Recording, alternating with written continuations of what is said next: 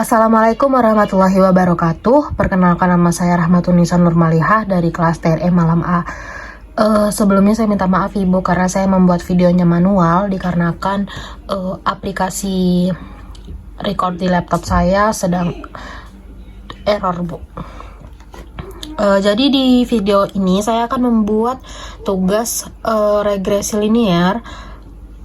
Saya akan membuat tugas praktik 1, yaitu menganalisa hubungan antara arus dan tegangan dengan menggunakan fungsi variasi resistor. Untuk data resistor sendiri, saya sudah memiliki data resistornya. Saya akan memasukkannya ke dalam kolom yang kosong. Ini adalah data dari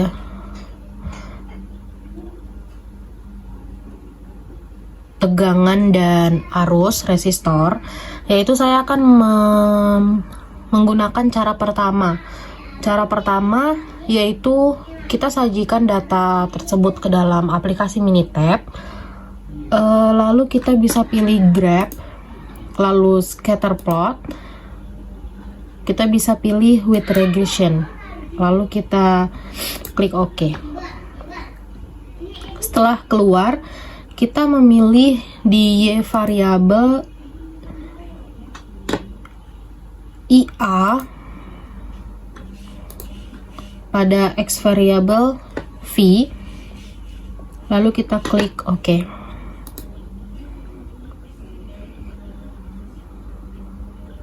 Ini adalah grafik hubungan antara tegangan dan arus untuk arus A. Lalu saya akan membuat untuk arus B. Kita ulangi langkah yang sama, graph, scatter plot, dan with regression. Di variabel kita masukkan IB.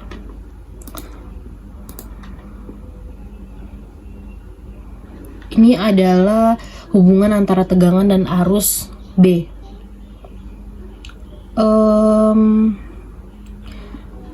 Untuk menggabungkan kedua data, maka langkah yang akan kita lakukan adalah graph, scatter plot, dan kita pilih with regression and group. Lalu klik OK. Di sini kita bisa memilih IA. Di sini V, lalu di sini IB. Di X variabel kita pilih V.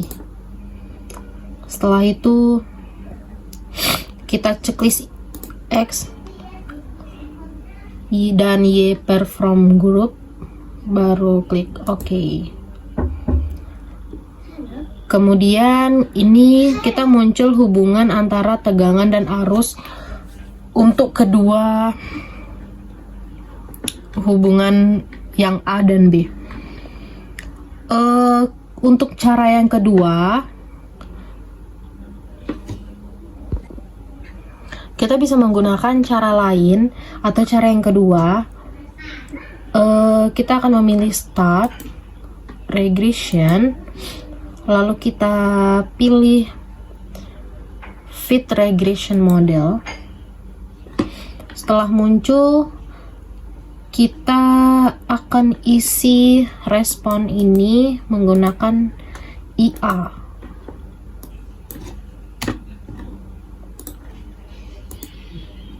Lalu continuous predictornya V. Kita klik grab. Lalu ini sudah kita checklist. Lalu kita klik OK.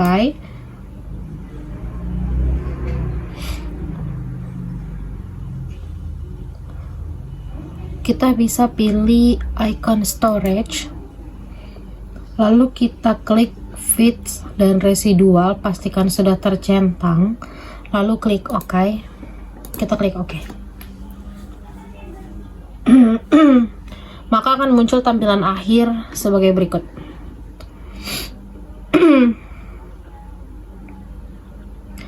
Ini adalah tampilan akhir, akan kita perbesar. Ini merupakan analisa data dari regression yang IA. Ini adalah residual plots-nya.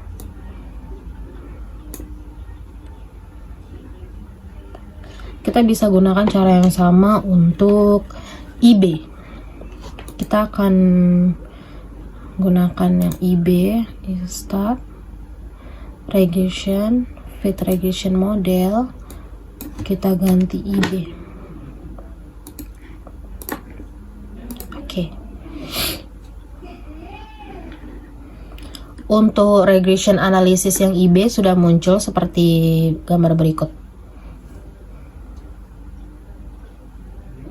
Kemudian analisa dari praktik 1 ini, jika merujuk pada nilai p-value pada analisis variansi kurang dari 0,05, maka nilai tegangan masukan akan mempengaruhi besarnya arus keluaran yang terukur. Jika merujuk pada P pada koefisien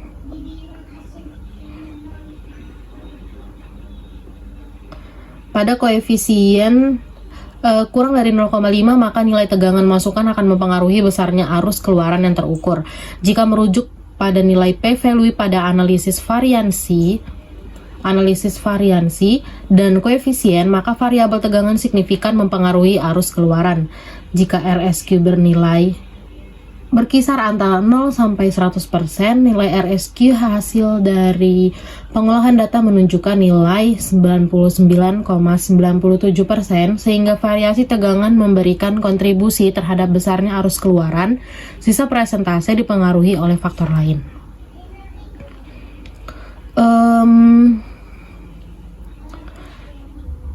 Jika tegangan masukan baik satu satuan, maka arus keluaran akan naik sebesar 0,99391 volt.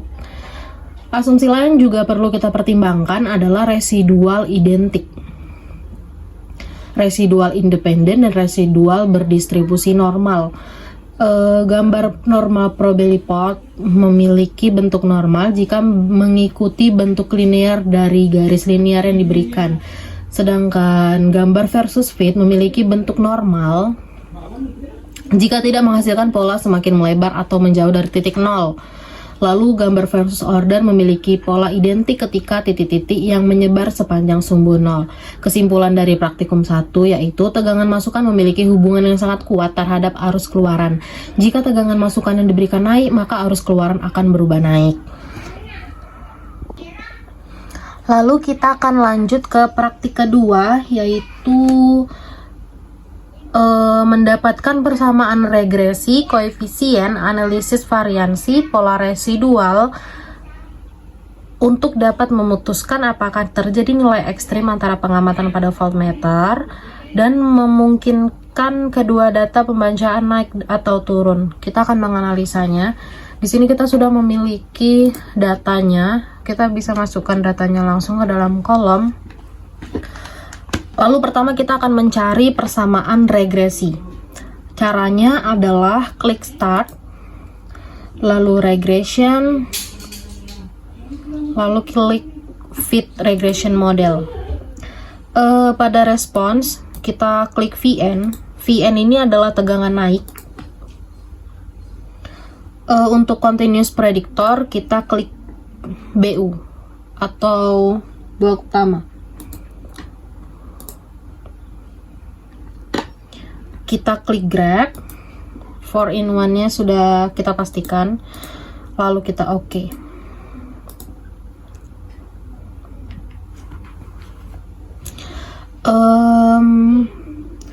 Berikut adalah hasil dari regression analysis tegangan naik. Kita akan membandingkannya dengan tegangan turun. Kita akan cari dengan cara yang sama, start regression, fit regression model, lalu VN kita ganti menjadi VT atau tegangan turun. Grabnya oke. Ini adalah regression analisa untuk tegangan turun. Sudah lengkap beserta grafik residual. Lalu saya akan langsung membandingkan atau menganalisa hasil dari naik dan yang turun. Untuk persamaan regresi tegangan naik adalah Vn sama dengan minus 4,62 ditambah 1.2260 kali BU. Sedangkan untuk tegangan turun minus 5.01 ditambah 1,2349 BU. Kita akan langsung membandingkan koefisien regresi untuk tegangan naik. Tegangan naik intercept, tegangan naiknya di minus 4,62, sedangkan tegangan turunnya di minus 5,01. Di sini ada sedikit perbedaan, tegangan turun memiliki intercept lebih rendah. Lalu saya akan membandingkan koefisien regresi atau B1 atau slope dari tegangan naik, yaitu 1,2260. Berikut untuk tegangan turunnya di 1,2349. Kenaikan tegangan masukan mempengaruhi tegangan keluaran hampir sama pada kedua kasus. Selanjutnya saya akan membandingkan koefisien determinasi atau R kuadrat. Untuk tegangan naik ada di 97,29%. Untuk di tegangan turunnya ada di 97,41%. Kedua model ini memiliki tingkat keakuratan yang sangat tinggi dalam menjelaskan variasi data. Lalu selanjutnya saya akan menjelaskan tentang analisis variansi. Pada hasil regresi kita akan melihat tabel analisis of varian. Untuk kita akan memperhatikan p-value pada baris regression ini. Jika P lebih kecil dari 0,5 maka dia signifikan, tetapi jika p-value-nya lebih besar dari 0,5 maka tidak signifikan. Untuk kedua analisis tegangan naik dan tegangan turun, kita bisa melihat p-value pada di posisi 0,000 sama dengan tegangan turunnya. Itu menandakan bahwa p-value-nya regresinya signifikan. Lalu selanjutnya ada pola residual. Kita memiliki pola residual seperti ini.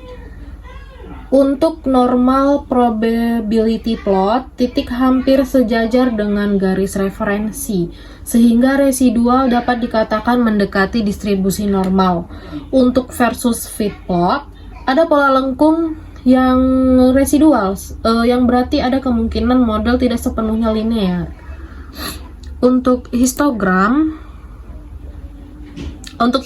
sendiri, residual memiliki distribusi mirip normal, tetapi ada beberapa outlier atau ekstrim. Lalu untuk versus order plot, terdapat pola yang menunjukkan korelasi dalam residual, yang berarti residual tidak sepenuhnya independen. Selanjutnya saya akan mencari nilai ekstrim atau outliers. Caranya kita klik graph, lalu box plot, lalu kita klik simple. Kita klik simple yang multiple aja. Oke. Kita masukkan Vn dan Vt. Oke. Kita bisa melihat keluaran dari box plot. Di sini ada keterangannya. Pada box plot yang tertera di gambar ini, kita tidak melihat titik outlier di luar whisker. Ini menunjukkan bahwa tidak ada nilai ekstrim yang signifikan dalam data tegangan naik dan tegangan turun.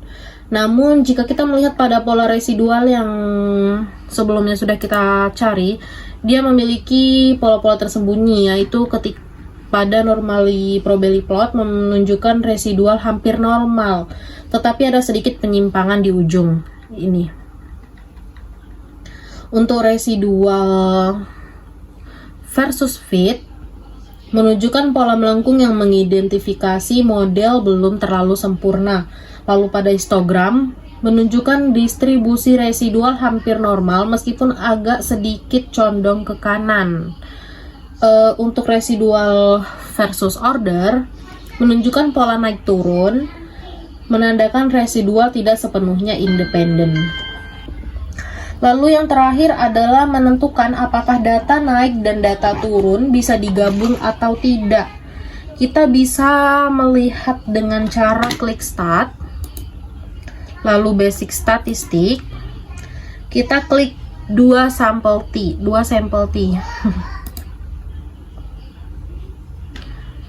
Kita pilih yang each sample is in its own column, karena kita akan melihat kedua tegangan naik dan turun. Lalu klik OK.